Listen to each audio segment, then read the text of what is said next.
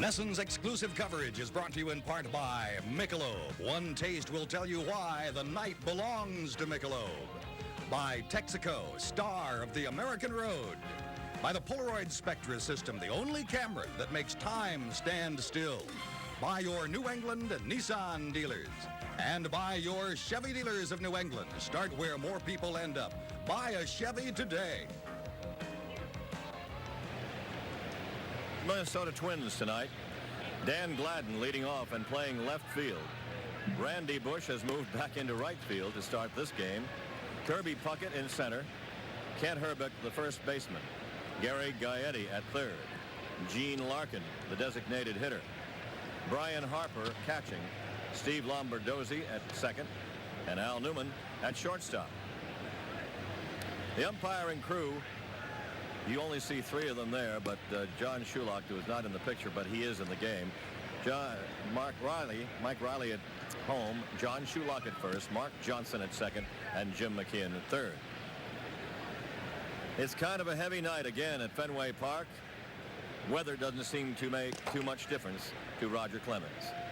Oh, Roger's really been piling those strikeouts the last couple of games. 15 against Chicago, no decision in that ball game. And of course, that gem that he pitched against Kansas City in the first game of the doubleheader, 16 strikeouts. Overall, 202 strikeouts gives him quite a lead in the American League. Mark Langston is second with 147. Pitching against a club that so far this season has no decision in the only game that he started, but career-wise, 9 wins and 1 loss.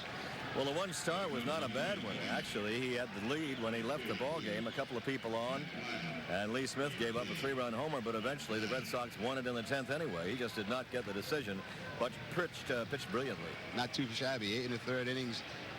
Struck out 11, didn't walk anybody in that game. That's right. Yeah. So he's 9-1 overall against this hard-hitting Twins ball club.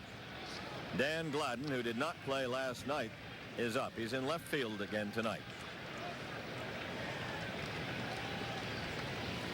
Played in the first game, takes ball 1. We're underway at Fenway.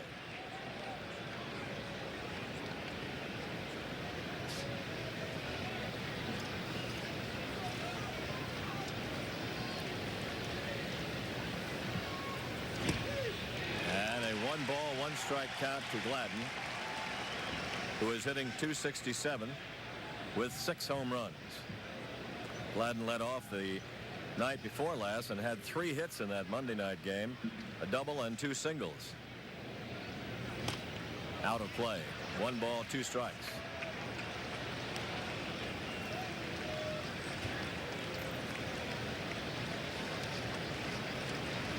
A 2.29 ERA that Clemens has ties him with Frank Viola for number 1 in the American League. Yeah, they're going at each other pretty good. 2 guys in the same ballpark tonight, but Viola, of course, will not pitch until he gets back home. There's a high pop-up. Marty Barrett back. And Gladden is out. 1 away.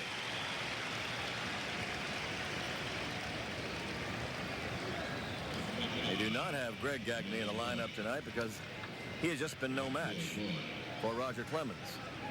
He has been overmatched by Clemens, really, who struck him out just about every time up. So they have the shortstop as Al Newman tonight.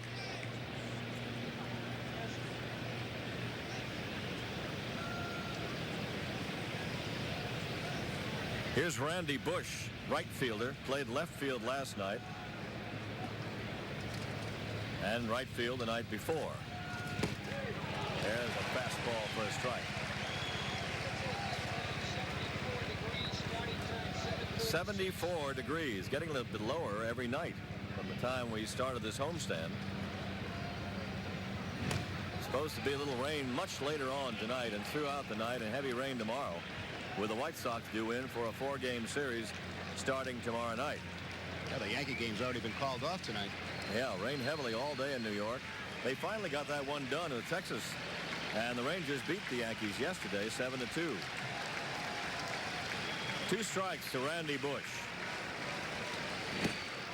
1 ball, 2 strikes. Twins have to kind of turn up the dial a little bit tonight. They were looking at Mike Smithson with a sinker and the slider last night, and they've got high heat to contend with, along with a few other things from Roger Clemens tonight. 1-2 pitch, and strike 3. 2 down.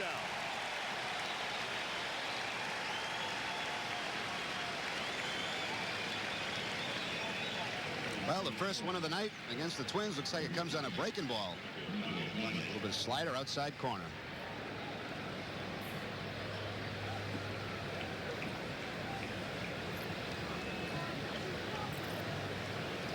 Two down in the Twins' first inning. And Kirby Puckett is up. He was the spoiler last night as his single broke up the no-hit attempt by Mike Smithson in the 7th inning. Interesting to read a lot of Smithson's comments this morning in the paper about really didn't feel tired at all while that thing was going on. The adrenaline was going pretty good, but as soon as that hit came, he started to feel it a little bit. He said thought he'd been hit in the head when he was talking to me before the game. Right after that happened. Right by Puckett. The fastball up where Kirby likes to go for him. And the count is 0-2.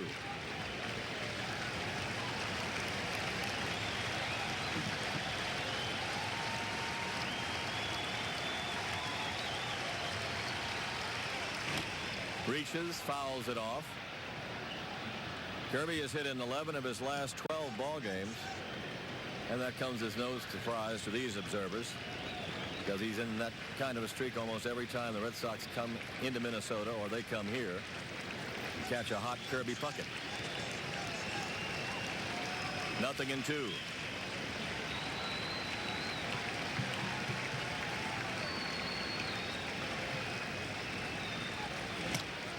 Right to Clemens. 1, 2, 3 for Roger. We go to the bottom of the first. No score.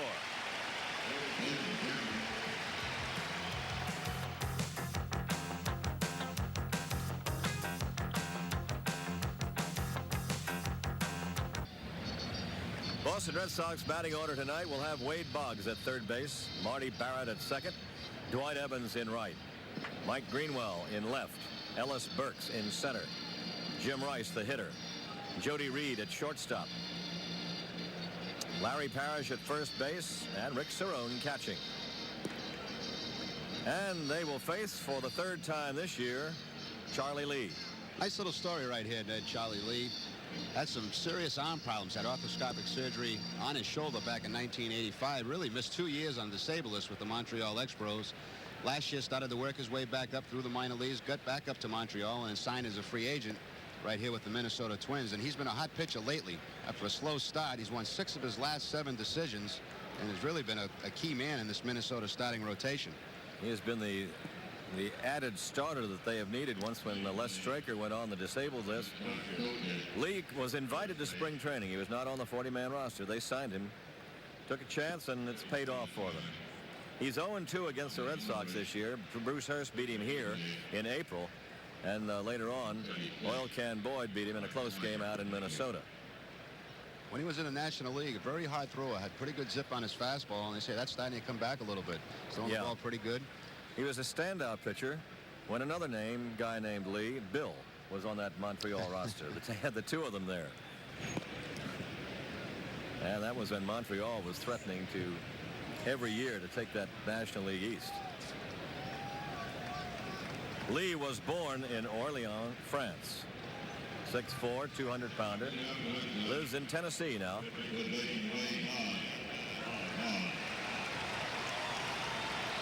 And he's a Christmas child, born December 25th, 1956. Wade Boggs is up. And there is a strike. .357 batting average for Boggs. 4 home runs, 34 batted in.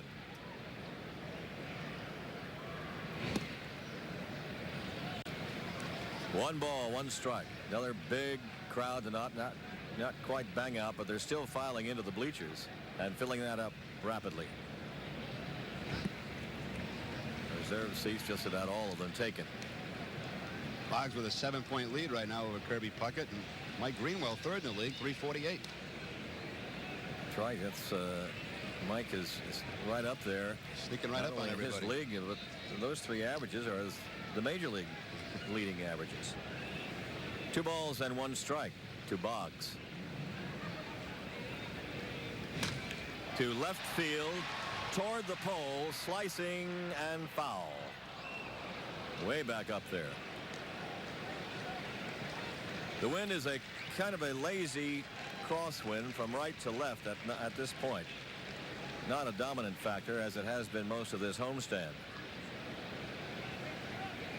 See how the flag is not exactly starched out there, but there is a breeze. It has been predominantly a hitter's wind ever since the Sox came home. 2 balls, 2 strikes. Out of play. Charlie Lee had 16 wins for Montreal in 1983. He won 15 for them in 1984. Then set out 85 and 86. Boggs pulls it down the line toward double territory. Banging off the wall. Bush retrieves. Double for Boggs.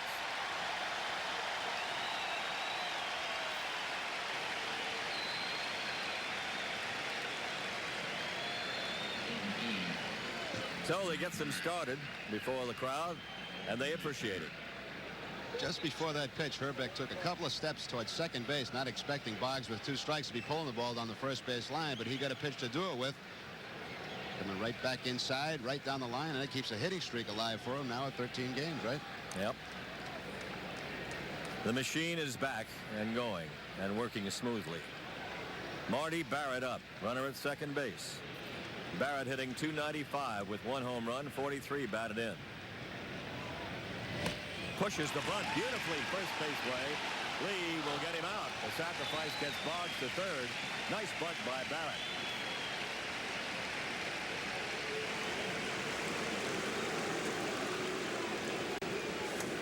Well, there are some of the little things we talked about. Moving those runners along. Running around third base now with just 1 out. Barrett almost got himself a base hit out of that ball. Lee charged straight in. It was a pretty good bunt, and he had to go back to pick it up. That's right. A little bit farther, and I think he would have had a hit. Because Lee had to change direction to go over and make the play. 1 down, runner at third base, and Dwight Evans up. Evans with 9 homers and 68 runs batted in for that .316 mark. Strike.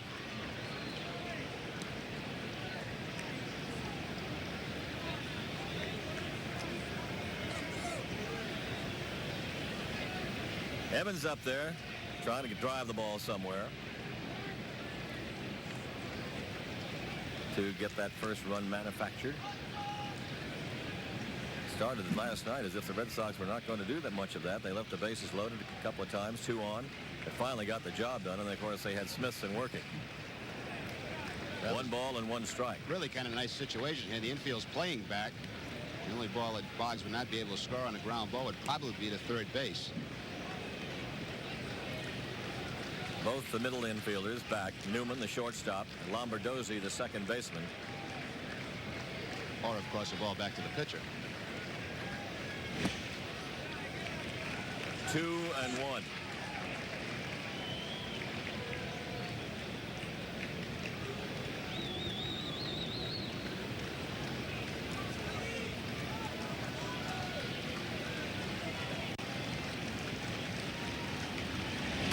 And that's the second.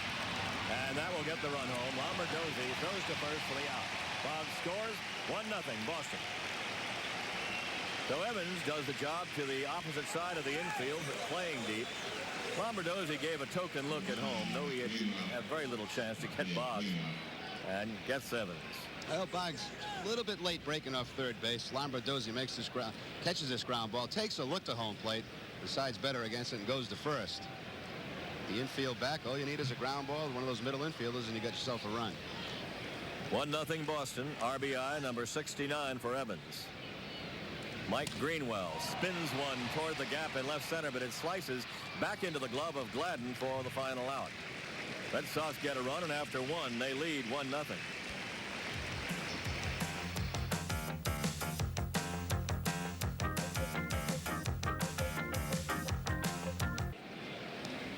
We're going to the bottom of the 5th inning. The Red Sox leading the Twins by a 4-0 score. And Twins manager Tom Kelly has gone to another pitcher to relieve Charlie Lee, Fred Tolliver.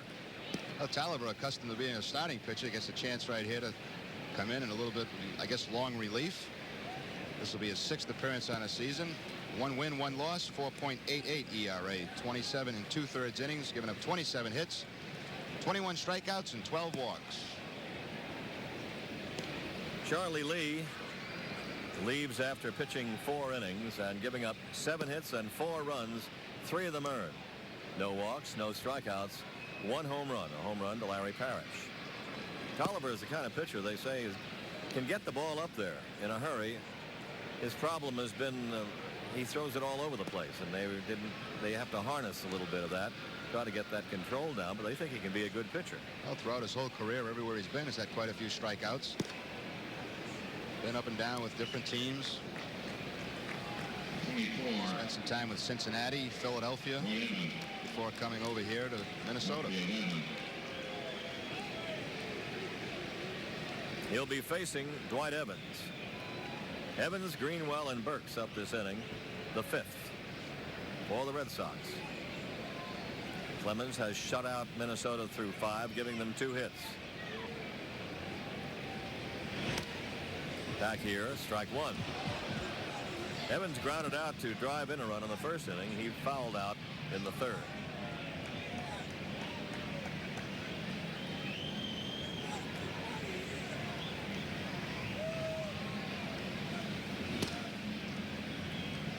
One ball, 1 strike.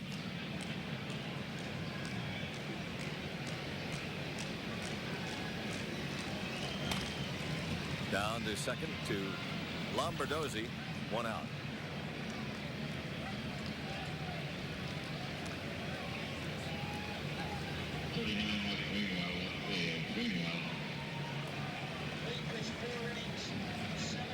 Tolliver is from Natchez, Mississippi originally, 6'1", 170. Lives in California. And they got him on a trade with the Phillies.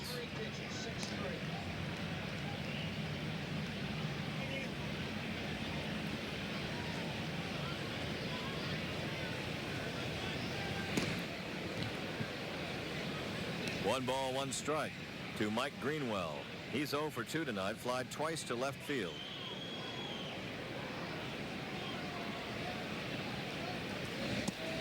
And a ball, 2-1.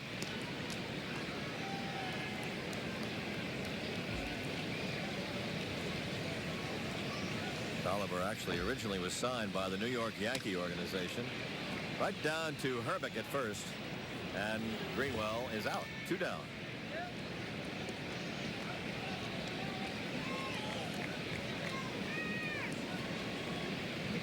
Very quickly, the new pitcher gets the first 2 on ground balls and now faces Burks. Ellis is grounded to short and flied to right.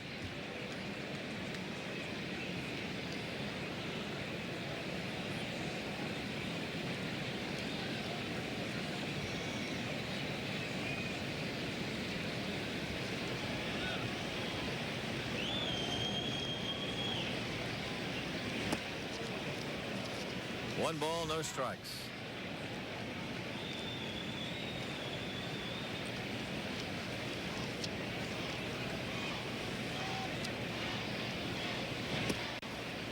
And a 2-0 count. Twins going home against Baltimore starting on a Friday night. They have tomorrow off. But Frank Viola will try for his 16th win on Friday. Newman can't find it. Burks is safe. Al Newman making the dive to his right, had the ball smothered and out of his glove, and Burks gets a base hit out of it. That's a couple of balls that Ellis Burks has hit very hard, the shortstop tonight. The first one Newman was able to make a play on. This one goes into the dive, knocks it down, then just can't pick it up. You can't pick Ellis Burks' ball clean. You almost have no chance at first base for this one. With him going up the line, you don't really. In fact, you have a hard play if you get that cleanly. Yeah. He stopped it. That's about what he did. Jim Rice is up. Burks at first. Rice goes for the first pitch and fouls it down the line in right. I promise I will never try to say Ellis Burks' ball clean again. I thought you made a very nice attempt. Well, a nice try. Yeah. Sure. Nothing ventured, nothing gained. So you can try it again. 0-1, the count to Rice.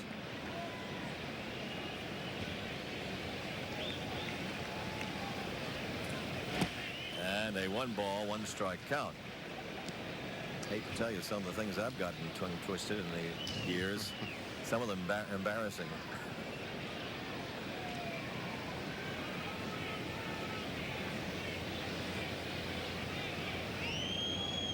Rice up the middle, base hit.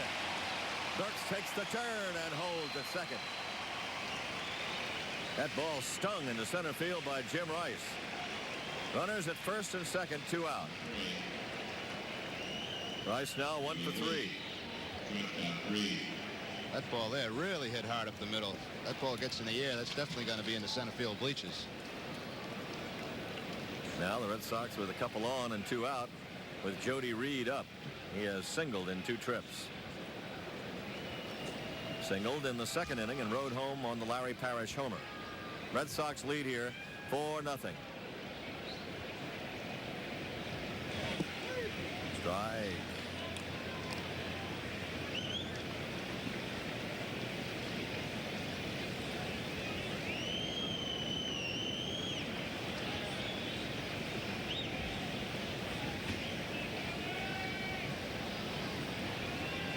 Burks at second, Rice at first, 2 out.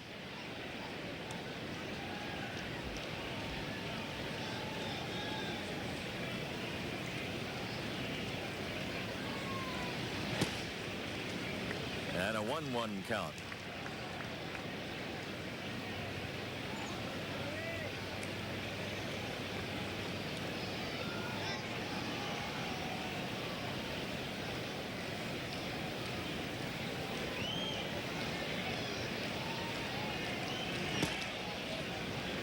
Missing inside, ball 2, 2-1.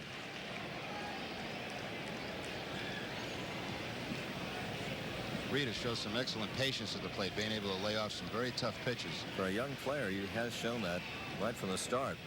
The ability to do that. He'll get his share of walks. And base hits. It is in there for a base hit. Ball bobbed around. A run scored. The throw to third, not in time. Throw to second base. He's out at second. Reed is out on a relay to second base, trying to go there on the throw to the left side of the infield. But his base hit produces Burks with a run, and the Red Sox lead at the end of 5-0.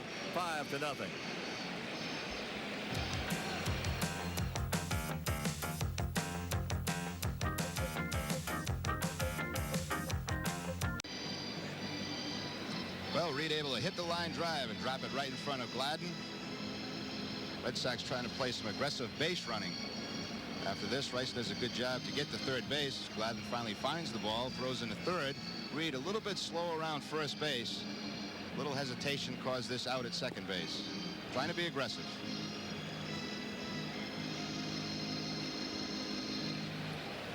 Gladden really trying to make that play. Kicks it around. Rack slider signaling Rice to slide, and it's a 7-6-4 play on Jody Reed, who tries to take second on the throw. The cutoff man, Al Newman, leaping up in front of the third baseman, and that's what caused the out at second base. Had it gone on through, everybody would have been safe. But the Red Sox do get a run, and they lead 5-0. Twins batting in the 6th inning. 3 straight hits with 2 outs, and the Red Sox have been a good 2-out ball club tonight.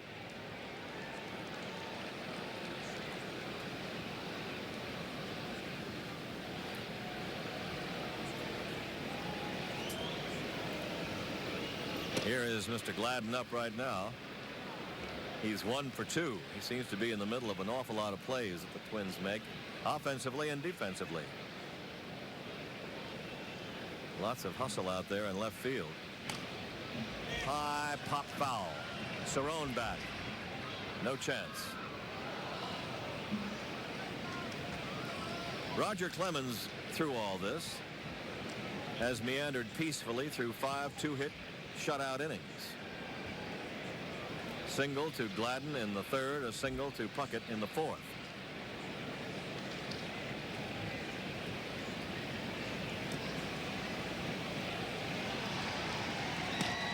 There's a shot up the middle for a base hit. And Gladden is 2 for 3 off Roger. 3rd Minnesota hit. Well, Gladden's done a good job from the top of that order. Last time getting a base hit up the middle. That one on a breaking ball. This time on the fastball going right back up the middle. Now Randy Bush comes in. He's 0 for 2, has struck out and fouled out.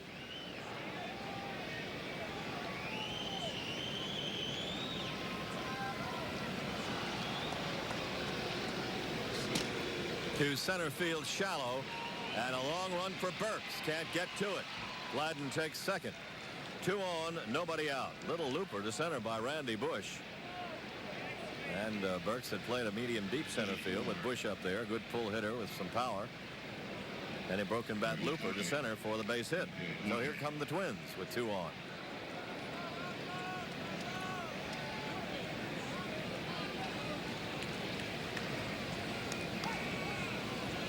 Kirby Puckett.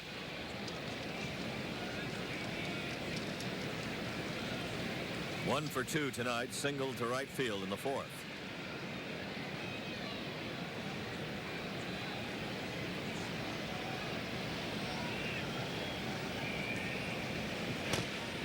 And foul past first base coach Wayne Terwilliger.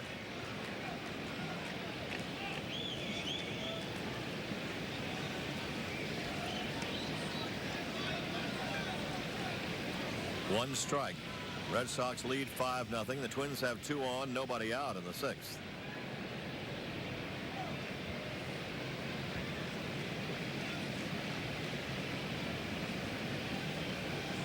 And the meat of their order coming up. Out of play. Strike 2.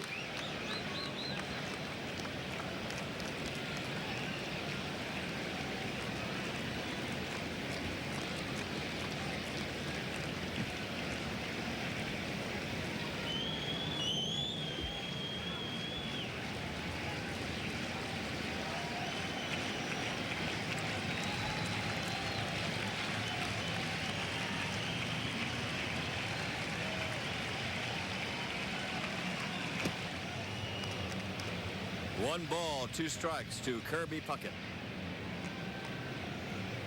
Twins trying to get their first run since the 9th inning on Monday night.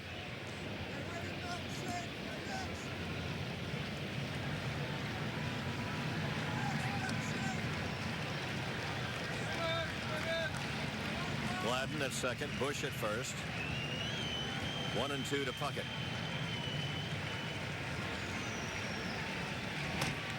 We just go along with that pitch on the outside as he did for his base hit last time up. Trying to keep the ball away from Puckett and also keeping it up on him. He'll chase some of those high fastballs. Once in a while he'll catch up with one too. He likes them up there.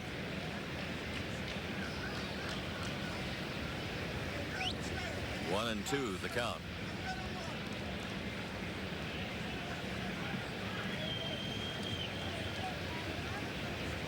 Clemens and Cerrone have gotten organized at the mound, and we're ready with a 1-2 count again to Puckett.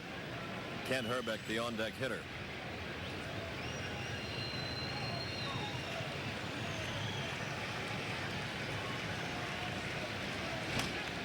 Again that way. Well, Kirby with a tough at bat. Puckett basically using that opposite field stroke, also trying to bring those hands in, fight the ball off to the opposite field. He's got an awful lot of base hits to right field.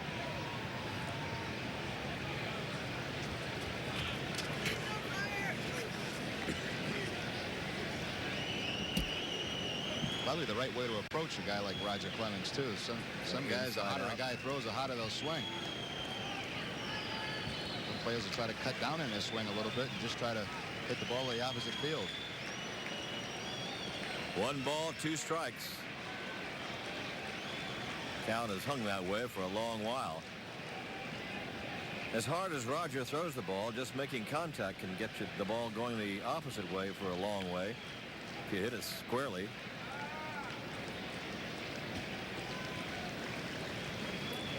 One and two. And that count remains as Puckett keeps losing baseballs into the right field and first base crowd. Well, it kind of works in reverse. The harder you swing, the tighter you grip on the bat, the slower your bat is. Try to relax yourself, get yourself as loose as possible, and you have a quicker bat.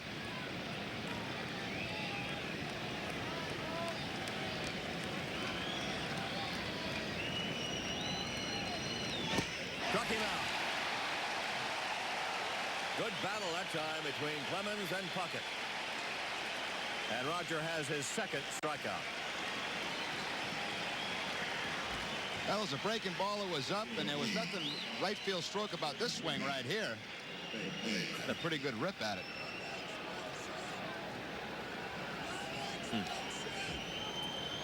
So you perform something if you strike out Puckett. Now you go against Herbeck, who has walked and popped up. And is a hot hitter right now. Ball one.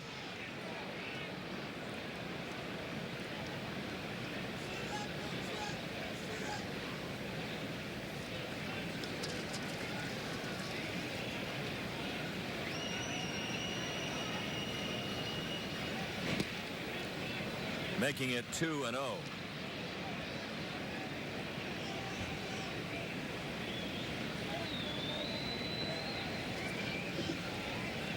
Herbert on the road this year, hitting around 290.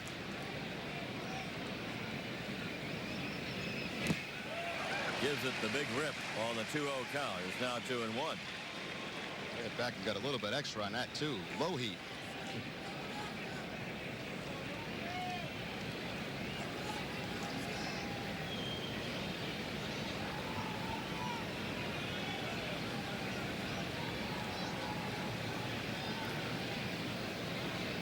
Herbeck, a very big man, yet goes into that crouch. He kind of uncoils at the baseball and He's makes had himself a tough strike zone. He's had a number of different stances since he's been in the big leagues. Outside corner, strike two. The look at Mark Riley on that call.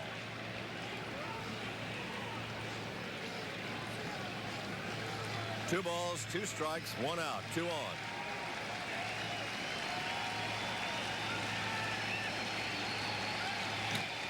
Line toward right, deep. It's going to be trouble. Takes a hop on the wall and bounces into the crowd for a ground rule double. A run scores. It is 5-1, and runners are at second and third. Ken Herbeck shot to right field.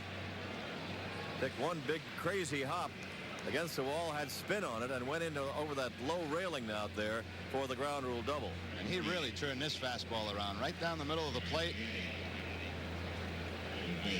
Really turned on it, hit a line shot. Red Sox get a little bit of a break here, having a ground rule double, because I'm sure Bush would have been able to score. Yeah. That ball could have been bouncing around for a while. Now Joe Morgan out to the mound. The ball's, there's that spin. Instead of coming back into the ballpark, which would have given the Twins a couple of runs probably, it goes into the crowd to halt things at second and third. Probably would have been an easy stand-up triple for Herbeck once that ball got by Evans like that. Bush would have come on to score to make it 5-2. Instead it's 5-1. And you see Dennis Lamp and Tom Bolton.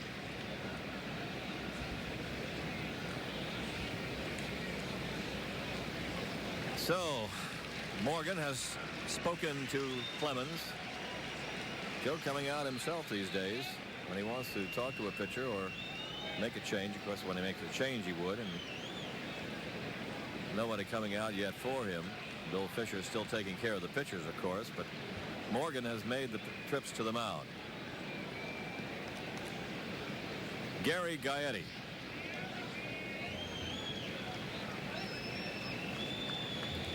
Gaetti is 0 for 2.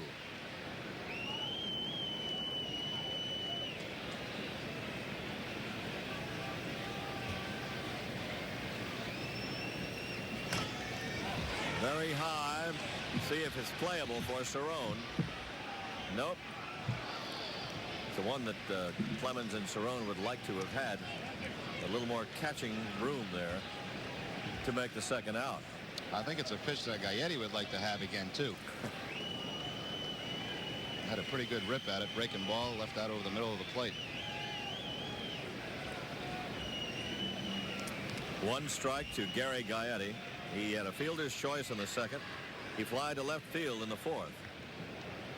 Clemens working hard out there now this inning. Has given up a run and 3 hits. Boggs coming to first base after looking at the plate. They get Gaetti and a run scores. It's 5-2. For just a second, it appeared that Wade might go for home and try for Bush running on the play. I Two down. was a little bit surprised to see Bush go right there behind 5-1. Normally on a ball hit to third base or back to the pitcher, that's the one you wouldn't go in on, but he broke right away, and Boggs had to go to first base with it. Because it was on the backhand side for Wade. That held Herbeck at second base. But it's an RBI for Gaetti, his 58th. Now Red Sox 5, Minnesota 2. And Gene Larkin up. Larkin has twice flied to left field.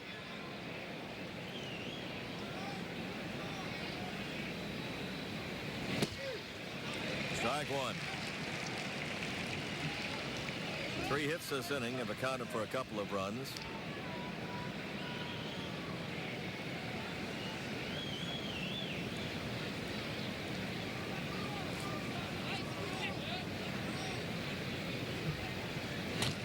And there's another base hit.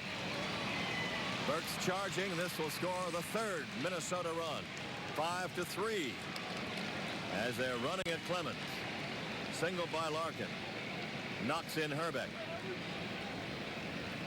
3 runs in here in the 6th inning and a 2-run lead for Boston now. It looked like Larkin really didn't hit this ball that hard. Kind of got it off the end of the bat. You see the ball tailing away from him a little bit. But certainly hit it well enough to score that run from second base.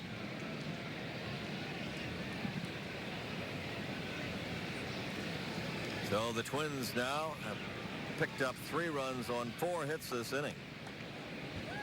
Brian Harper, another base hit in the hole in left field. 2 on, 2 out. Well, the Twins are coming up swinging now. They found a little confidence. Well, as Mike Smithson was saying before the game, he knows this gang, and he says they don't wait around much. They're very aggressive. They come swinging from the dugout. And Tarvey is going to pinch hit. Kelvin Tarvey, an infielder, is going to bat for Lombardozzi. Left-handed swinger who got in as a pinch hitter in this series. That's the kind of situation where you face a Roger Clemens, you drop down early in the ball game, a team gets down a little bit. Now you see a couple of base hits go, and that dugout starts to perk up a little bit. Say, hey, let's swing the bats right back in this thing. We can get some base hits off them. They come up a little bit more relaxed. Kelvin Torvey is the way it's pronounced. He grounded out as a pinch hitter last night when he batted for Newman. He is batting for Lombardozzi now with 2 on and 2 out. Kelvin Torvey, a 200 hitter. Ball 1.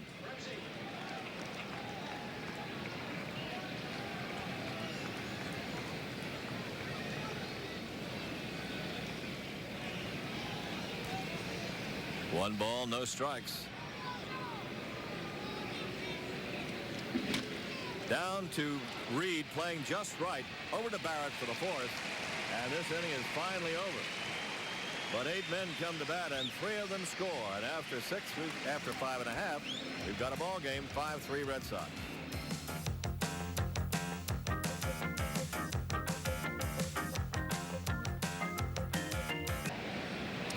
Ken Herbeck leading off against Dennis Lamp in the top of the 8th. The Red Sox leading the Twins 5-3. Ball 1. Herbeck has a double in this game. Doubled home a run in the 6th inning. He's 1 for 2.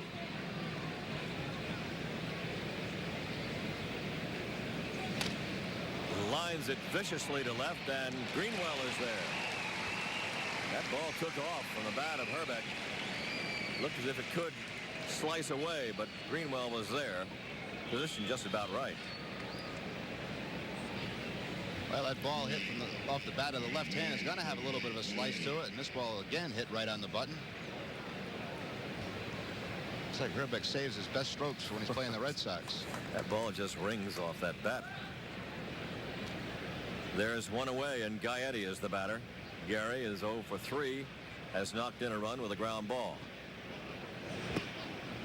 Ball 1. Minnesota bullpen's done a good job tonight, Tolliver, and now Portugal holding the Red Sox in check.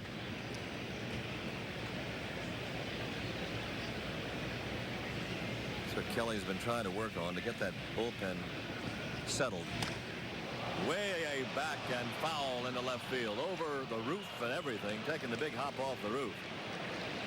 That ball, had it been straightened out a little bit. Cameraman was going to try to find it. 1 ball and 1 loud strike.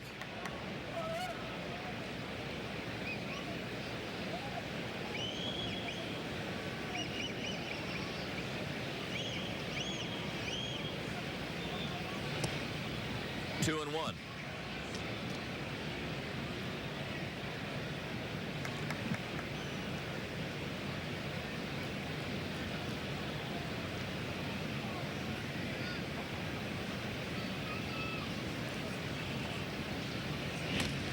That ball's straightened out all right. And it's a 1-run ball game. Home run, Gary Gaetti. 5-4 Red Sox lead. Gaetti's 22nd of the year.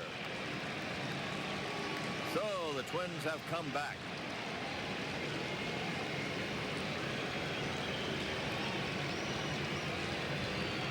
Gary's 59th run batted in. And this is now a tight ball game. And Bill Fisher coming out for Joe Morgan to talk to Dennis Lamp. Buy some time maybe, as Lee Smith is up in the bullpen. Ball running back in on Gaetti. Home run number 22. Canseco leads the league with 25. Gaetti had distance on the first one, but Fowles straightened this one out up into the net. Ooh.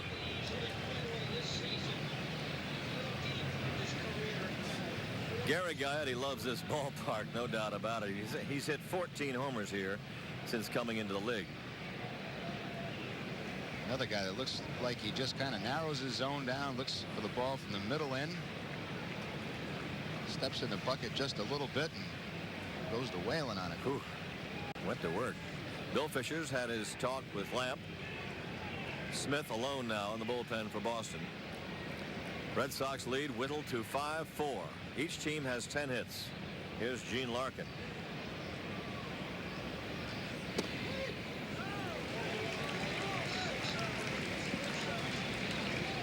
One strike. Gaetti has hammered 6 homers against Boston, both parks this year. 1 ball, 1 strike. Well, now with the potential tying run at the plate, first base Todd Benziger's moved right on the line to take away that, try to take away a double. The foul, and 1 ball and 2 strikes. Lamp trying to nail this one down for Roger Clemens. Came on and got a big double play ball with runners at first and third, 1 out in the 7th to end the inning.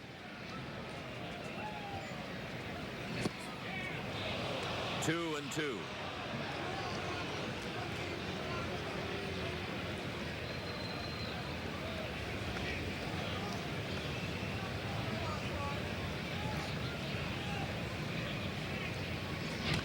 Breaking pitch fouled into the Red Sox dugout.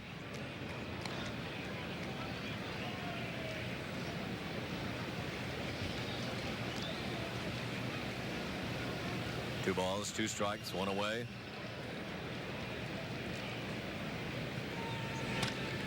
Down to Barrett. 2 out.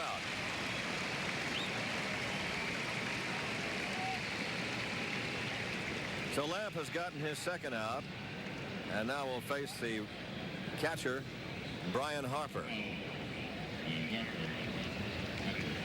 Harper 1 for 3.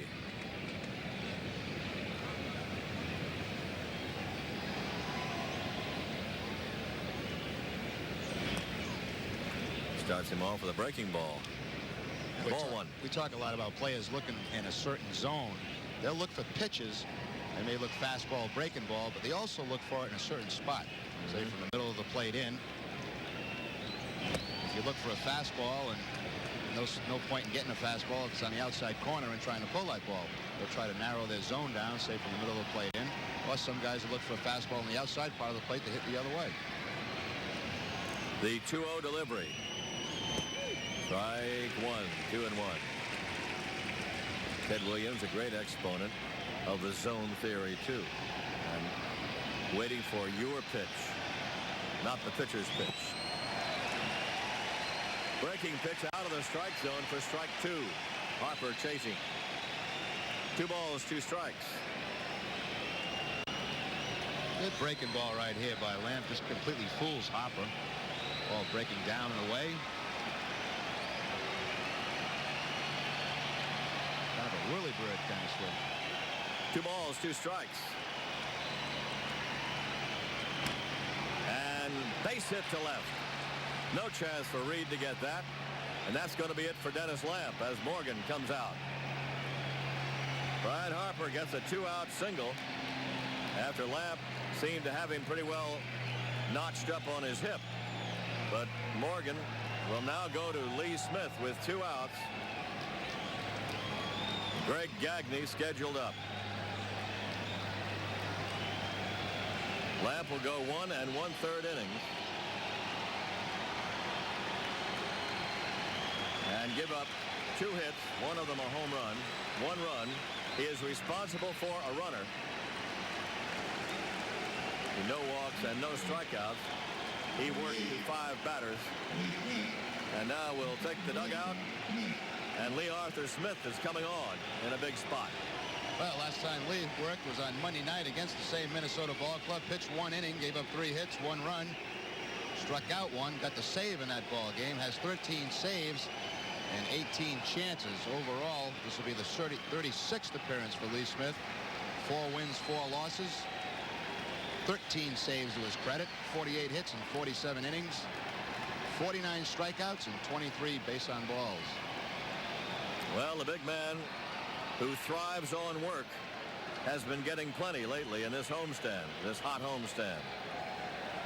Game ended much closer than it looked like it was gone about halfway through this game. Yeah. We got a pinch runner now as John Moses, who has played outfield in this series, is running for Brian Harper at first base. There are the figures on Smith that Jerry gave, and he'll go against Greg Gagne, who came on to play shortstop in the 6th inning after Torvey hit for Lombardozzi. Smith will come on and get his work now. Coming on in a 1-run ball game, trying to protect the lead. And Moses, who can move pretty well, and we've seen quite a bit of him in this series, is the pinch runner at first base.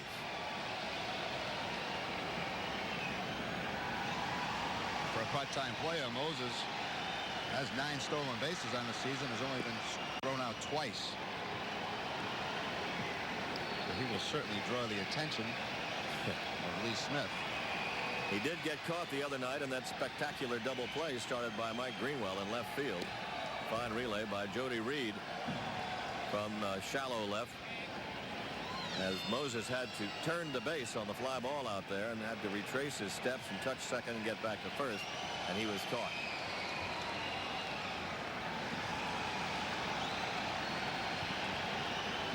Greg Gagne, the shortstop, is up.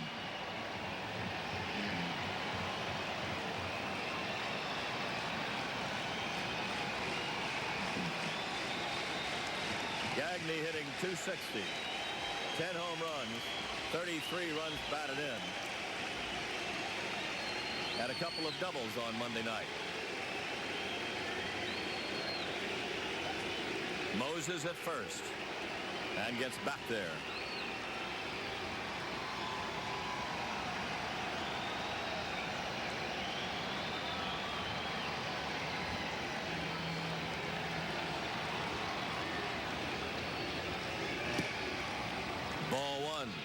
This Twin team, you never have them down, really.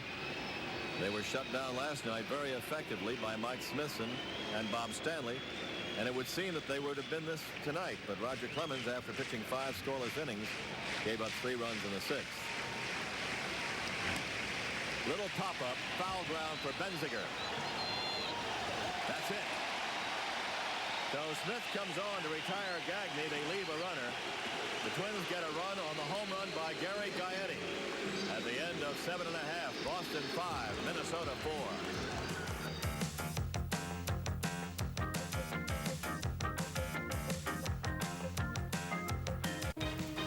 Boston Red Sox Baseball 88 is being brought to you in part by Nissan Cars and Trucks, built for the most important race of all, the human race.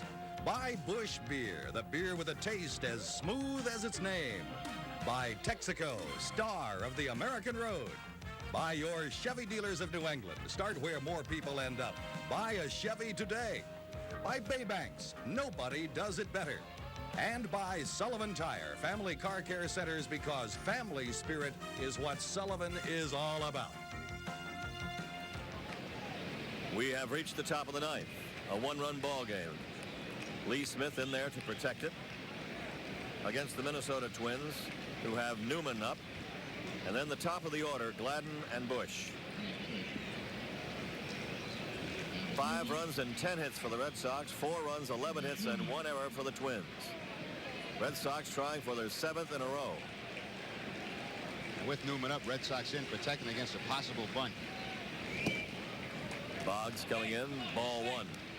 Barrett almost a double play depth at second base on a drag bunt. He'll probably try to field the ball. Benziger also went a little bit at first base.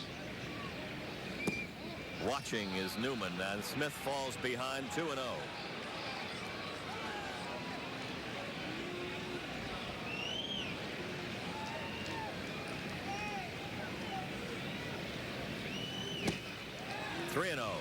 Lee has had some trouble in later appearances, even on this homestand, with getting behind hitters. And he's 3-0 to Newman, the number 9 hitter in the order, who presents a low strike zone.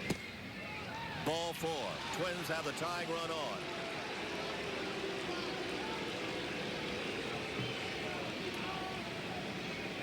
So now it'll be the Twins' turn to play a little inside baseball. Of course, you play for a win on the road, they say, and a tie at home, but sometimes that changes. Dan Gladden has had enormous success tonight, all against Roger Clemens, now up against Lee Smith and the fastball. Gladden is 3 for 4, popped up his first time, and has had 3 straight singles, picking up 5 points in his average.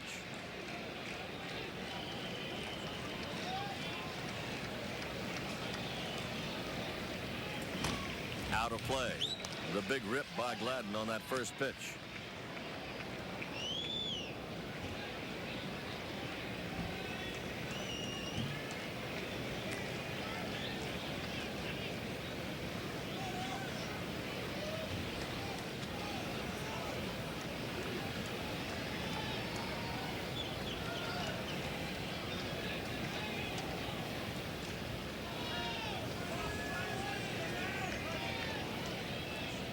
Nothing in 1.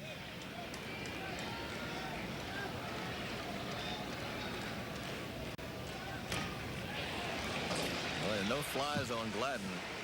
He's not going to walk much from that leadoff spot because he comes up swinging. Nothing in 2. Fastball, he goes to swinging. That's right. And he'll look for that fastball from the Smith. Newman at first base, nobody out.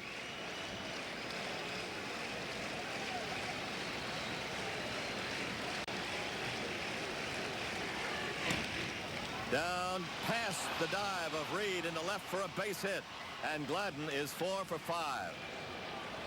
Twins are at first and second, and Smith is in a jam. 4 for 5 night for Dan Gladden.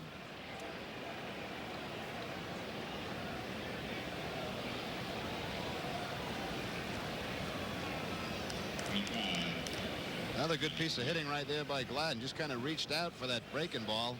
Slider from Lee Smith. drive that ball in the hole. Reed dove for it, tried to knock it down. The best he could have did is probably get a force play at second. I'm not even sure he would have been able to get that with Newman going down running. Yeah, probably not. There's the slider, just kind of reaching out, ball on the outside part of the plate. Reed making the attempt to knock that ball down. So now it is Randy Bush up. 2 for 4. Tom Bolton in the Red Sox bullpen.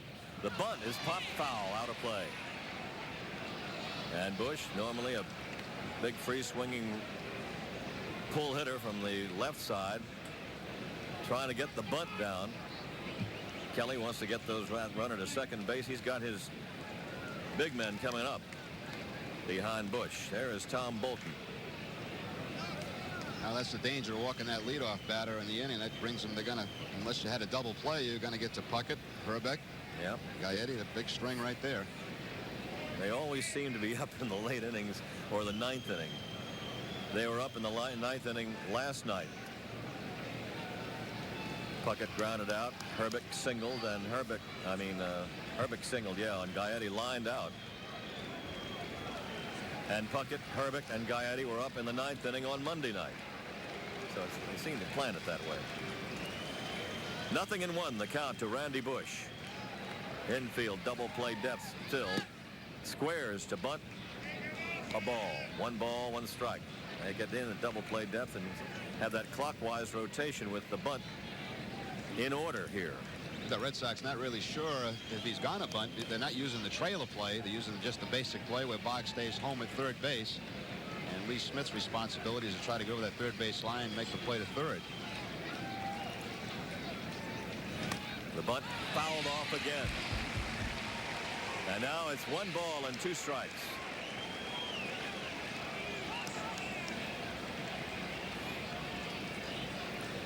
One and 2 to Randy Bush. Bush looped a single to center field in the 6th and scored a run. He singled sharply to center field in the 7th, and he was the last man that Roger Clemens faced. 1 ball, 2 strikes.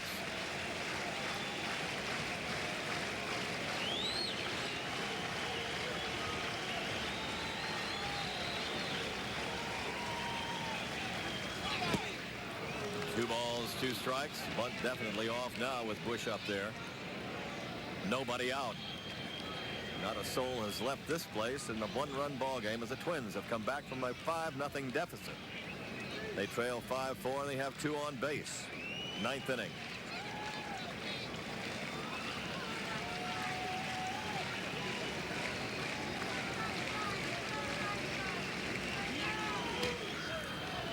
Still 2-2 to Randy Bush.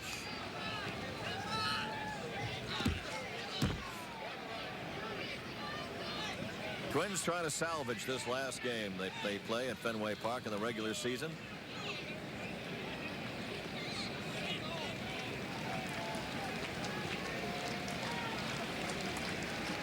Benziger back deep at first base. Ball 3, 3-2.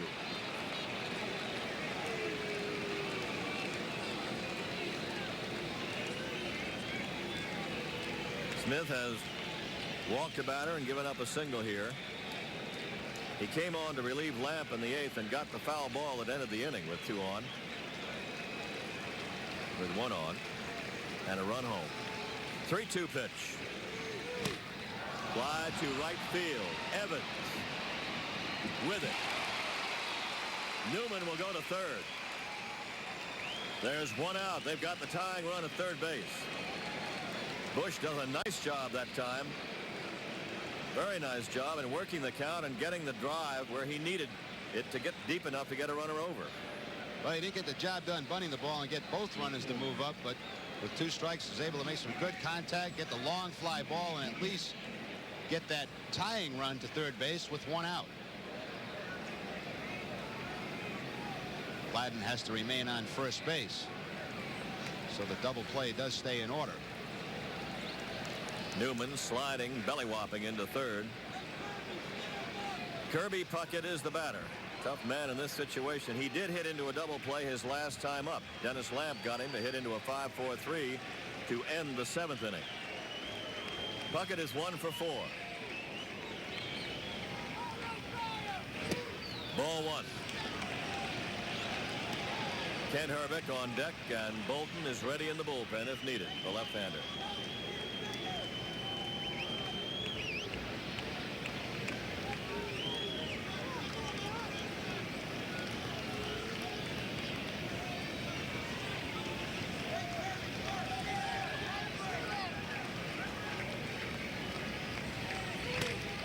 To right field, and this should tie it up.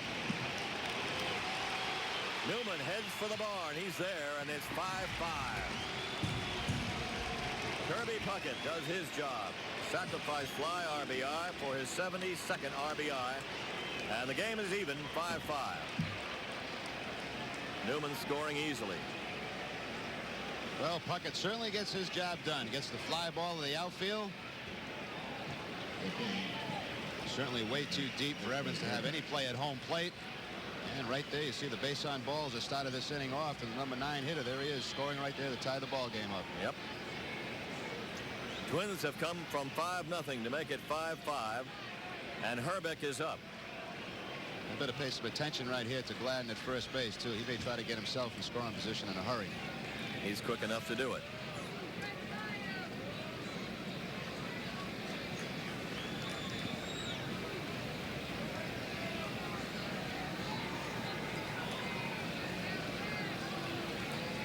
Kent Hrbek goes for it. Base hit, right field. Runners at first and third.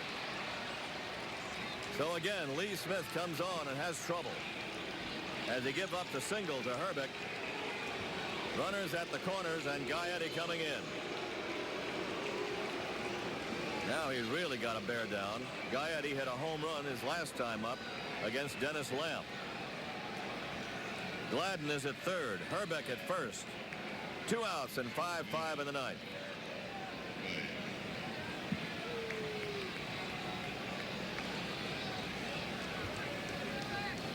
Smith has given up a walk, 2 hits. Long sacrifice fly in this inning and is still in trouble. Challenge time with Gaetti up there. Foul back. Took a big rip. Strike 1.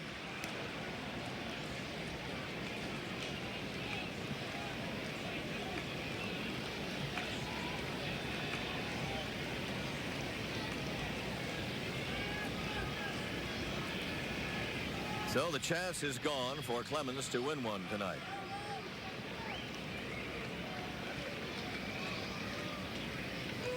Strike 2. 0-2 to Gary Gaetti. Gaetti very upset with himself right there. He felt he had one that he could drive pretty well. Pulled off the ball a little bit, pull that head off a little bit. A little bit too anxious maybe. Eyes got big. Got that home run off Lee Smith out in Minneapolis. Strike 3. Called out on strikes, and they get out of it.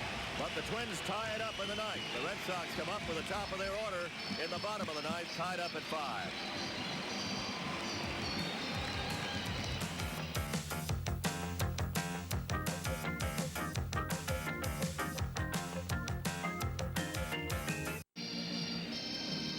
For the 8th time this year, the Red Sox go into extra innings. They've won 2 and lost 5 in overtime. The Twins have not won in extra innings this year. They're 0-4.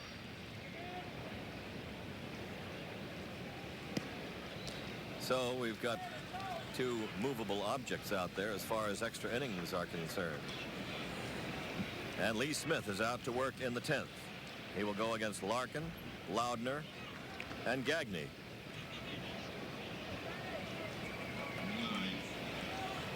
Smith gave up the tying run in the 9th inning on a sacrifice fly by Kirby Puckett after having walked Newman and given up a base hit to Gladden.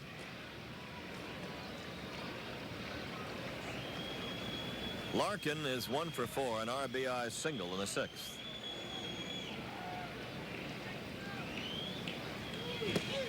Strike one.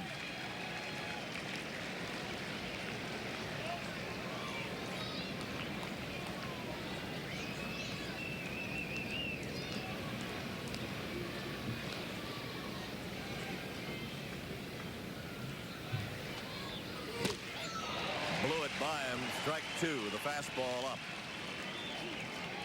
0-2.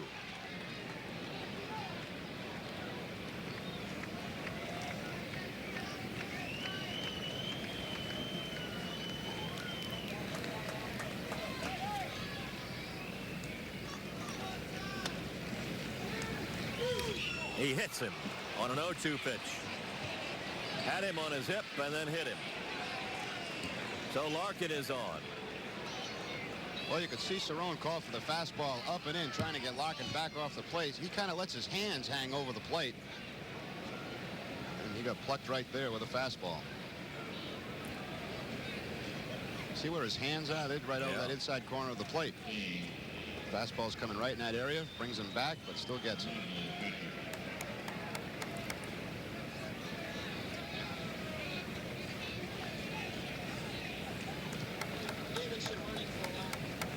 Going to be a pinch runner for Larkin. Mark Davidson, an outfielder, making his second pinch running appearance in this series. Mark Davidson will take over as a designated hitter spot, as he will run for Gene Larkin, and he represents the lead run.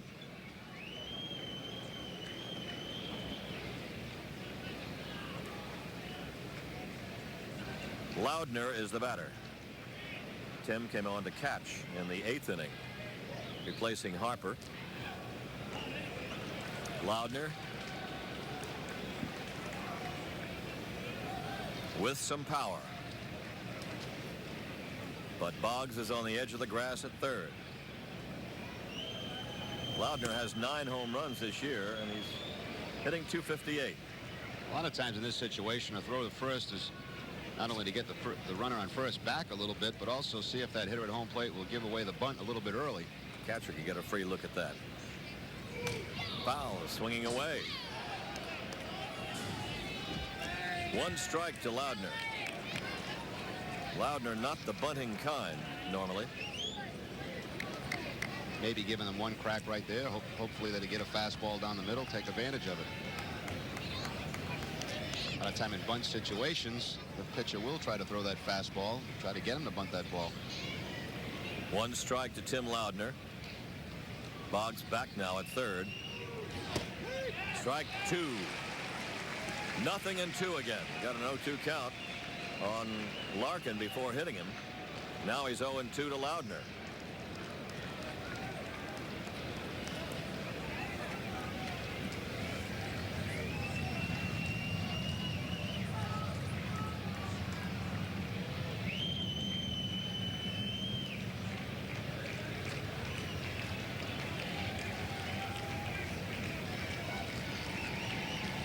Loudner had bunted before for a sacrifice 1 time this year. So I say he's not the type usually to come up there with that on his mind. He goes for the long ball. He can hit the long ball. 1 ball and 2 strikes. Game has wandered past the 3-hour mark now, and we're in the 10th inning. 5-0 lead for the Red Sox. A thing of the past. It's 5-5 right now. Smith working to Loudner. Runner takes off. The ball gets by Cerrone, and the runner will keep going. He'll throw to third base. Not in time. So Mark Davidson had taken off for second. The ball got by Cerrone. Finally, Rick got it and threw to third. Too late.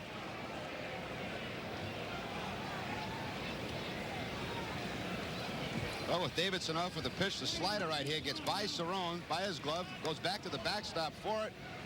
Davidson never really slowed up going around second base. He took a big wide turn. Then when he took a look in, saw that he could make it, just took off again and went. So it will be a stolen base and a wild pitch. The wild pitch getting Davidson to third. The infield is in. And it's a 2-2 count to Loudner. Ball 3. Slider. 3-2.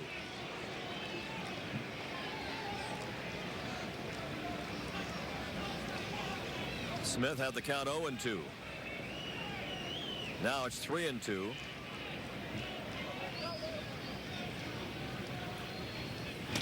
And a job hit to left foul down into the crowd.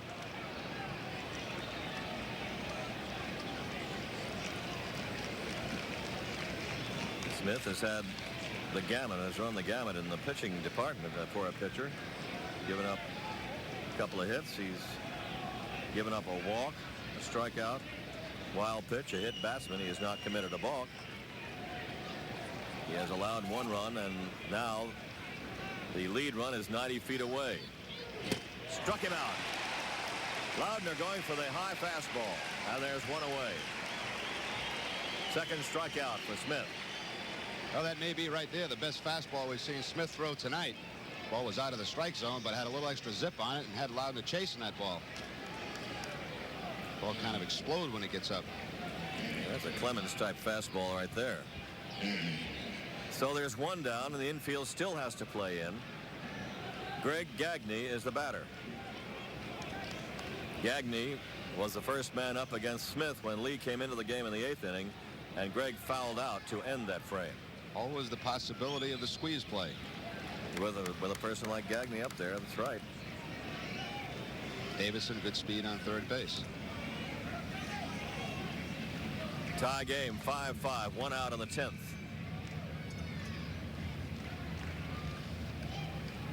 They pitch out. They think maybe they smoked something out. Not a bad play, really. Well, what the third base coach will do is he'll give the signs. He'll go over to talk to the runner on third base, give him a vocal sign so he can make sure that he can hear everything, no confusion. A lot of times he'll say something that doesn't mean anything. Then you kind of look to the hitter, see if he'll tip something off with some kind of sign of his own to say that he's got the sign.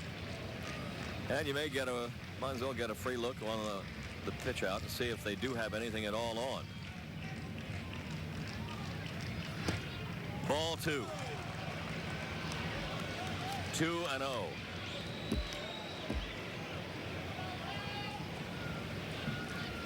Smith behind on this hitter. In the other cases this inning, the first 2 batters, he's had them 0-2. He lost 1 of them by hitting Larkin, and then he struck out Loudner after the wild pitch and the stolen base. Ball 3. 3-0 on Gagne. Al Newman on deck. And then we start to think about the top of the Twins order.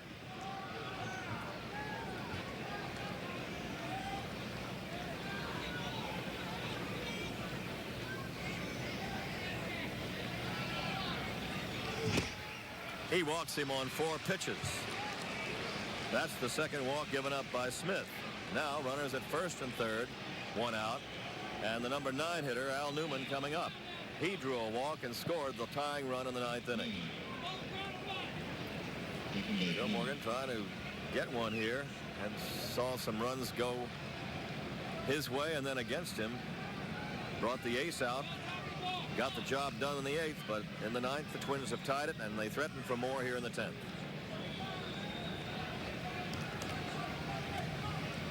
Newman 0 for 3 with a walk. Infield tight, right off the grass in the infield. About a step. Ball 5. 5 in a row, wide of the mark.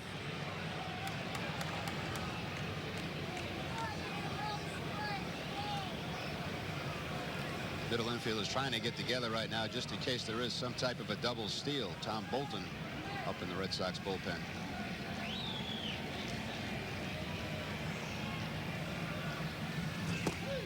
There is a strike. 1 ball, 1 strike to Newman.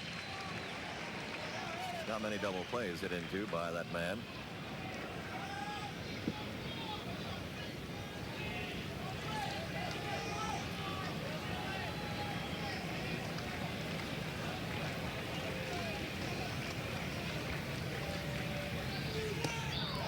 It's a 2-1 count to Newman. And you know who on deck. Dan Gladden, 4 for 5 for the night. Smith in the middle of things, laboring right now.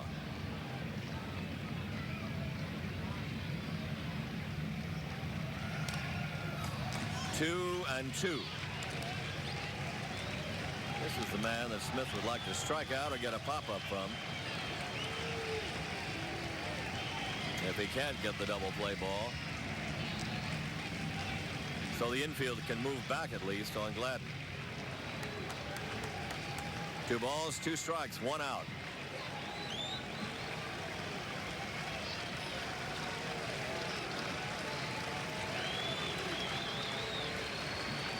Runner takes off for second. It is lined foul down into left.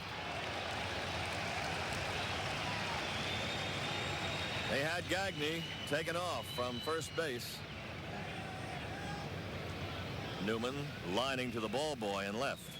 And I wonder right there if that was a hit and run. That would be kind of a different type play. 2 strikes on him. Yeah. Took a swing at a ball that was over his head. He had Barrett covering second base. Had an awful big hole, but not likely to pull that ball to that side of the infield. 2 and 2. And he takes off again, and he is crowded. Ground ball foul off his foot.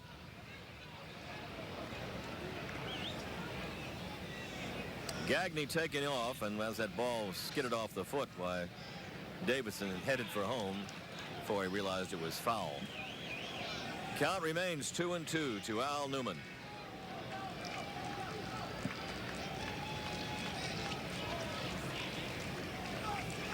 A quiet, full house here.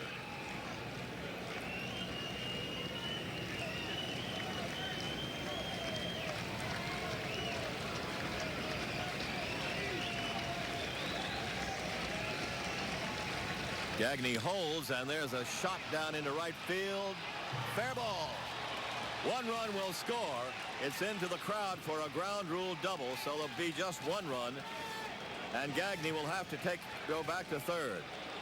But Al Newman belts a ground rule double, pulling the ball off Lee Smith on a 2-2 pitch and doubling home Davidson with the tie-breaking run. There's Oh, the we didn't umpires. think Newman would be able to pull a ball, but certainly does a good job of it right here. Ball getting right down the line. Again, fan reaches out and makes the play, and it looks like it's going to give the Red Sox another little bit of a break here, because Gagne certainly would have scored, and that's what Tom Kelly's arguing about right now. Well, those fans have given and taken away in this game down there. 2 ground rule doubles, 1 for each side. So now the Twins lead for the first time tonight, 6-5 in the top of the 10th. Kelly obviously feels by the time that ball was interfered with, Gagne had a definite shot of scoring. He's well around second base. Oh, he would have.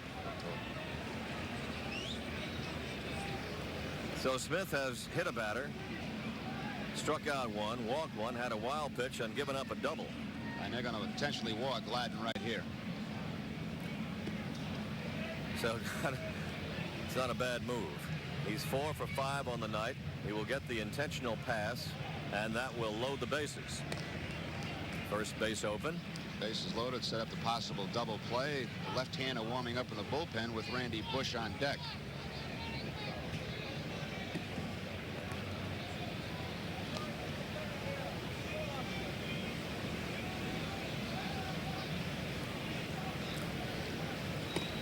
So Dan Gladden, who has 4 singles his last 4 times up, gets the walk this time, and Joe Morgan has seen enough of Lee Smith. As with the left-handed hitting Randy Bush coming up with the bases full, he signals for Tom Bolton, the left-hander from the bullpen. After the intentional pass, as Lee Smith cannot get the job done tonight. Twins lead at 6-5. Smith got 1 big out in the 8th, but gave up the tying run in the 9th and the lead run here, as he has worked 1 2/3 innings and gets roundly booed as he walks off the field. He has given up 3 hits and 2 runs. He's responsible for 3 runners. He has walked 2 He has struck out 2, had a wild pitch, and hit a batter. And leaves the bases loaded with just 1 out as Smith goes the 1 2/3 innings. And taking over is the left-hander Tom Bolton. Well, Bolton last worked on Saturday against the Kansas City Royals, 1 2/3 inning. Overall, right here, he'll be making his 9th appearance for the Red Sox. No wins, 1 loss, 1.32 ERA, 12 hits in 13 2/3 innings, 9 strikeouts and 5 walks. Coming on right here to try to get the left-hander, Randy Bush. Bolton has been used a lot more lately than he was in the first part of the season when he was brought up and hardly used at all, and not much chance in the games that the Red Sox were playing to have him do much. But right here, he's got the pitch to a left-handed batter, and there's nobody else working out there. It's right, Bolton forever in this inning at least. 6-5, Twins lead. They're out hitting the Red Sox 14-10 as they've come from behind a 5-0 deficit to take a 1-run lead. Well, the only 2 guys left in the bullpen right now are John Troutwine and Bob Stanley. Stanley pitched last night. Yeah. Something should happen. They get out of this without any more damage, and the Red Sox should tie it. If it should go any farther, you would see John Troutwine in a situation where he hasn't pitched in over a month. But that's not the case right now. Bolton is in there. And Randy Bush is 2 for 5. Red Sox with the infield still in.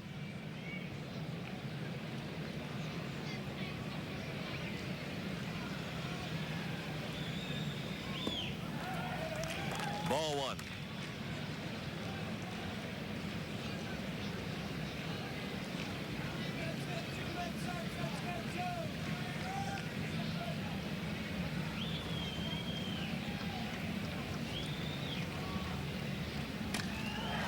Fly to left center field, deep enough, and Ellis Burks at the wall makes a gorgeous catch, but it scores another run. 2 outs, 7-5. Great effort by Burks. Fine catch at the wall for the 2nd out, but Bush gets the run in.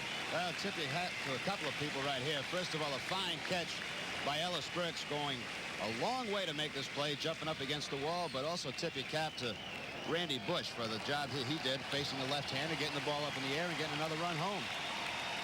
That's a pad run. That's a fine catch right there for Burks. Slapping against the wall out there. No chance at all as the runner canters home with the 2nd run of the inning. 7-5 Minnesota. And Kirby Puckett is up. Down to short. Reed to Barrett, just in time. Boy, oh boy. Tough to trying to get Gladden, who hustled in there. The Twins get 2, and we go to the bottom of the 10th, 7-5 Minnesota.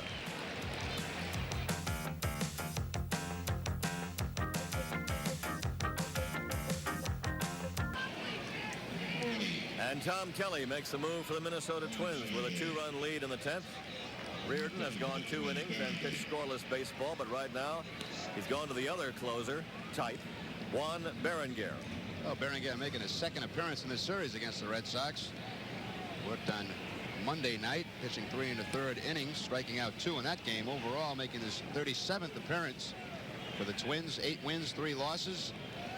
Has 1 save, a 3.02 ERA. 73 strikeouts in 65 2/3 innings. Juan Berenguer, 2 1/3 innings. He gave up 1 hit and no runs. He had a strikeout, a couple of strikeouts. And he will face Greenwell, Burks, and Owen.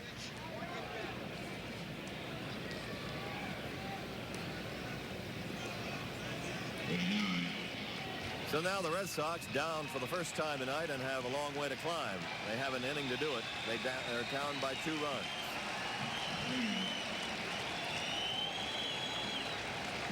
Todd Benziger, or Mike Greenwell is up. Greenwell is 0 for 4 tonight.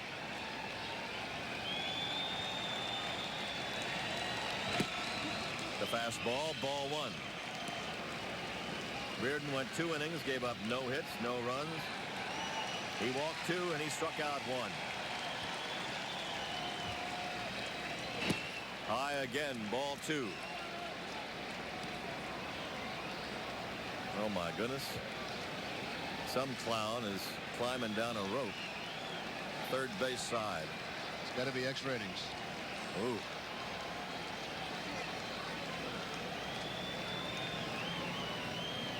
They're out there tonight, I'll say that. 3 balls and no strikes. He'll have a nice welcoming party waiting for him when he gets down at the end of that rope. I'll say. If he gets down. 3 balls and no strikes to Barrett, to Greenwell, and he walks. So the Red Sox have the lead runner on in the 10th. Well, against Berenguer, you try to make him throw strikes. He has a tendency, he can get a little bit wild. Yeah, so that fastball gets up and up. You got to lay off it. So the Red Sox get to the point where they have the tying run at the plate. Ellis Burks is the batter. Twins lead 7-5 in the 10th.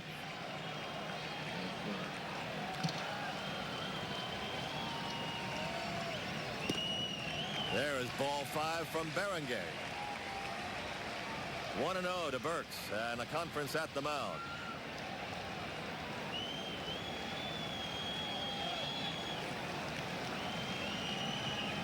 Some guy is doing like a Tarzan on a guideline all the way from the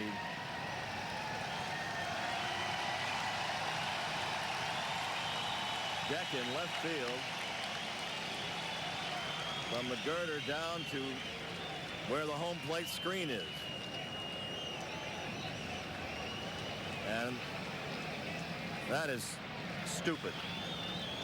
It also is dangerous. 1 ball and no strikes. The count to Ellis Burks.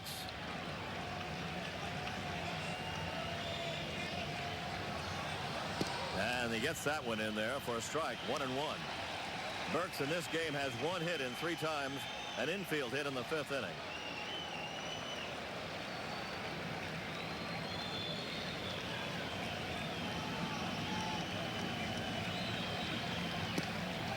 It's a ball.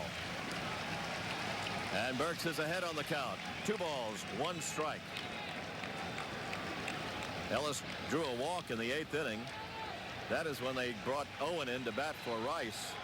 And Owen sacrificed Burks to second. They had a chance to get a pad run, which at that time would have been very, very important. But they couldn't get him in. It's high, lays off that pitch again. Ball 3. 3 balls and 1 strike. The only ball he's thrown for a strike is after they came out to talk to him, and pretty confident that Burks would be taking a pitch right there. Saw 4 straight balls, 5 straight balls actually. Sure, he had to take sign, make him throw a strike. Instead, he hasn't really been close. 3-1.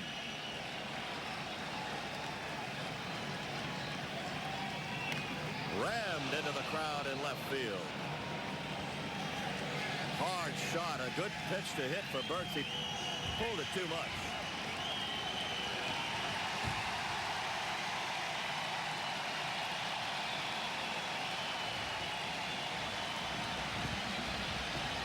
Well, the clown is now on the screen down in front of us. Stomping on a screen, which below him are a lot of people who are cheering him, and they don't realize that he might fall on him. 3 balls and 2 strikes to count. And they are holding the game up because of this clown. He is walking up to the broadcast booth, and he will be apprehended in spades.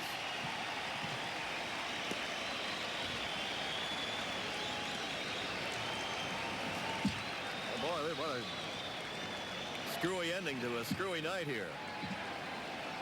3 balls and 2 strikes to count. We will now resume play and play baseball while the sideshow ends. 3 balls, 2 strikes. Berenguer fouled again by Ellis down into the third base dugout. Brooks really getting out in front of that fastball, too. We mentioned he's got a good live fastball, and you see Brooks pulling those balls foul. Yeah. He got a really good rip at the one, the foul before that. Yes. So it's 3-2. Greenwell at first base. Red Sox down 7-5 in the 10th inning. Nobody out. Burks pops it up. And Newman will collar it for the out. One down. So Berenger comes back. After going down on the count, 3-1, gets Burks. There's one down. Spike Owen coming up. Owen batted for Rice in the 8th inning. The main intent was to get the runner over, and he did with a bunt. With a sacrifice. That's not the case now. He wants to get more than the runner over. He wants to get on base. The on-deck hitter is Jody Reed.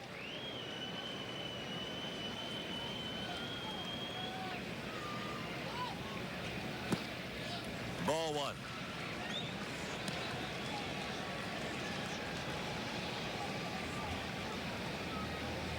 One ball and no strikes.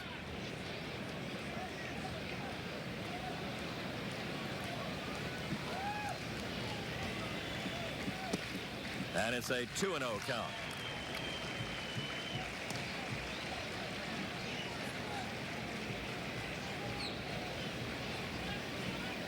One out. Greenwell at first base started the inning with a walk.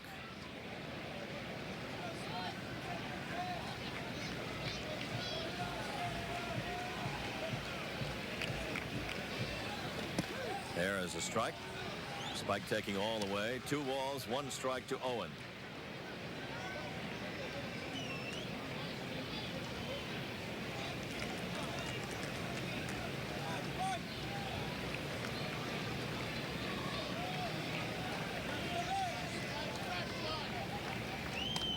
Carves away and fouls that one off, and the count is 2-2. The last time that Spike started a game was July 15th, the second game of the doubleheader.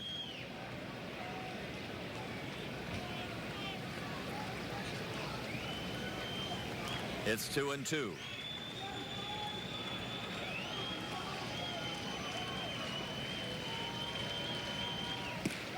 Ball 3 and another full count. Had a full count to Burks. Now another one to Owen.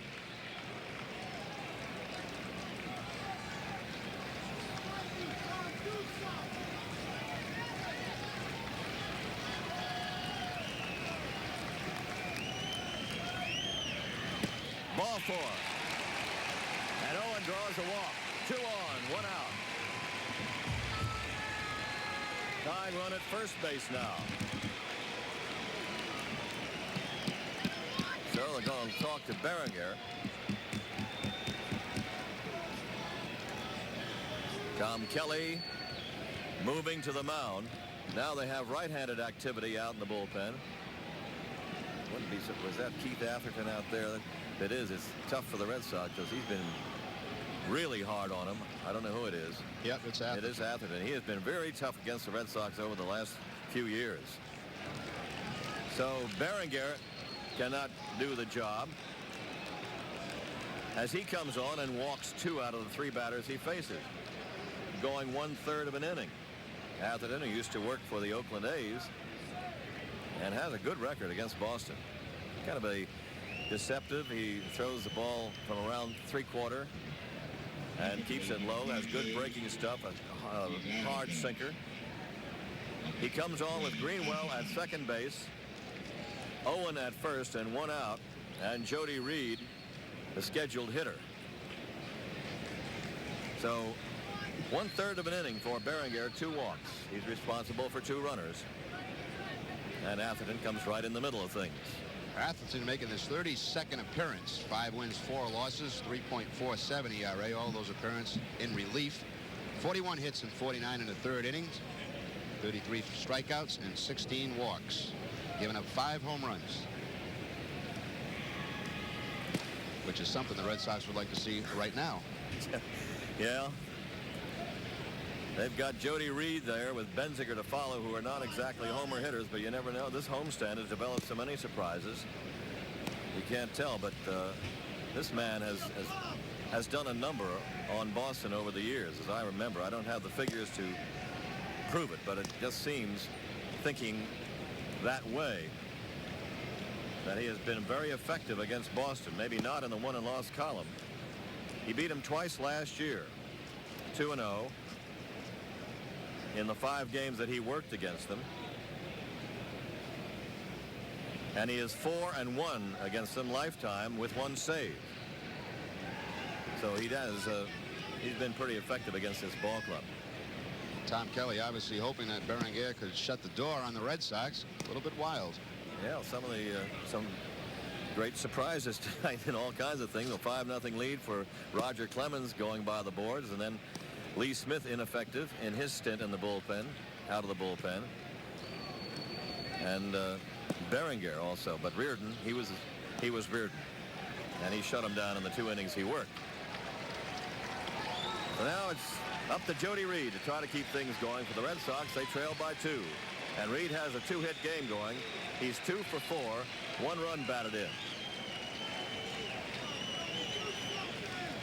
1 out. Double play position, of course, exists here, and that's where the Twins infield playing. A couple of steps in at double play depth. Also, they have that first baseman, third baseman right on the line. Yep.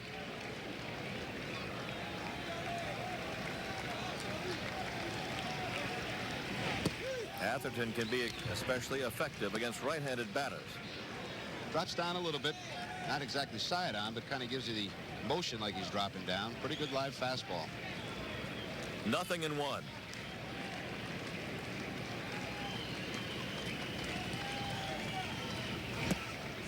And the breaking ball is outside. 1 ball, 1 strike. He'll give you that look on that thing, and you sometimes have a hard time laying off it. You'll chase it across the plate.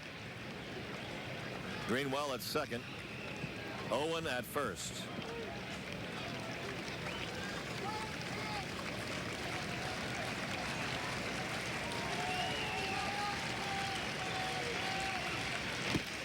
Knocks him back off the plate as Jody was leaning in a bit. And now it's 2-1. Well, he found out right there that he has a fastball that will certainly run back in on a right-handed hitter. The first one he threw really didn't do that. Went to the slider on the next pitch, and on that time ran it back in on him.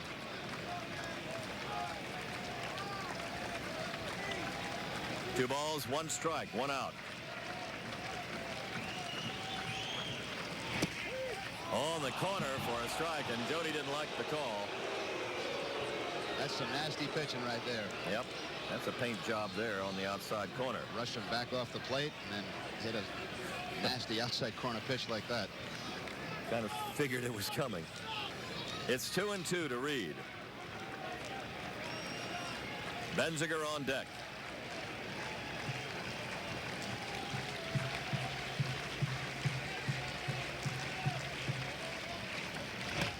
Hammered foul into the crowd on the third base side. The ball bouncing around. 2 ball, 2 strike count. Yeah, the outfield is playing Reed straight away. And they're double play depth in the infield. I look at Jody Reed right now, and you think of the sequence of pitches he's thrown you, in and out, in and out. You would guess right now that he'd probably be going back outside. Yeah. Go away with that breaking pitch or a fastball on the outside corner. 2 balls, 2 strikes.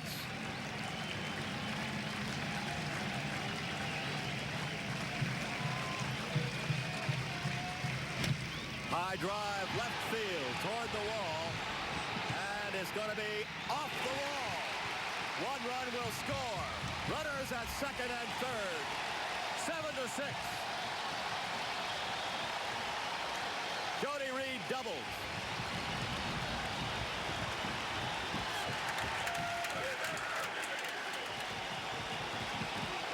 Oh, when that ball left the bat, I thought it might have had enough legs to get out of this place. The way it started, it looked like it had a chance. But it kind of died and then went off the wall, and Reed has a double. He wanted to go outside, but he didn't get it outside. He left it, got a lot of the play with this, and Reed took advantage of it. The ball very high and just kind of skims the wall on the way down. So Jody Reed now has 3 hits tonight.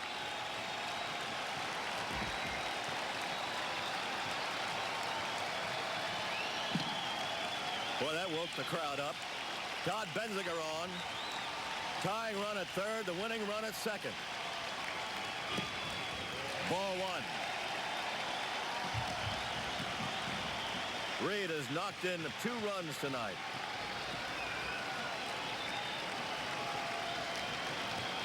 He's at second base. Spike Owen is at third. 1 out. As the Red Sox climb back. Atherton working to Benziger, who's been up once. He walked in his appearance in the 8th inning.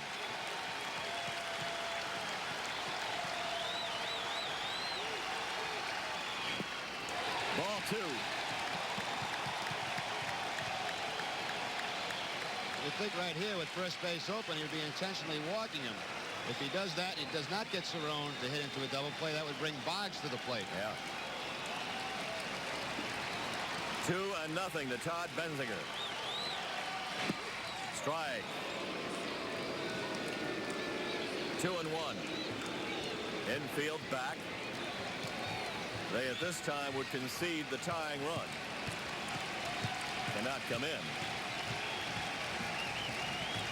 With 1 out. Shot foul. It is 2-2 to Benziger. Oh, the Red Sox within 90 feet of tying up this thing after going down by 2 runs. Keith Atherton working. Joe Morgan trying for 7 in a row. But he needs to tie it first. Kelly's had trouble with his bullpen. Benziger asks for time. Wants the umpire to move out of the line of vision. Second base umpire Mark Johnson. 2 balls, 2 strikes.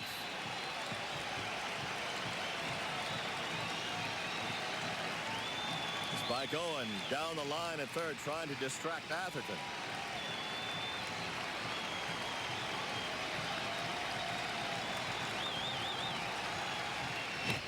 High drive, right field, way back. Home run. The Red Sox win. Todd Benziger.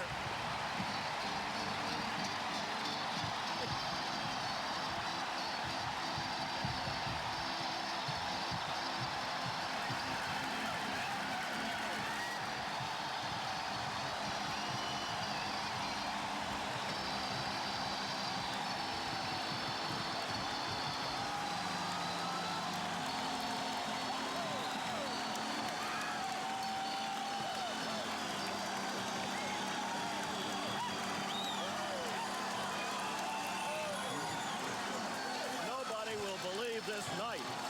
The Red Sox rally to get 4 in the 10th on a 3-run homer by Todd Benziger to win it 9-7. Our Texaco player of the game, Todd Benziger. His home run to win it, a dramatic home run. With the count 3-2, deep into the right field stands.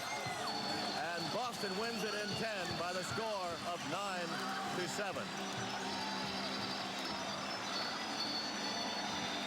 Here, we'll take a look at it right now before we go back.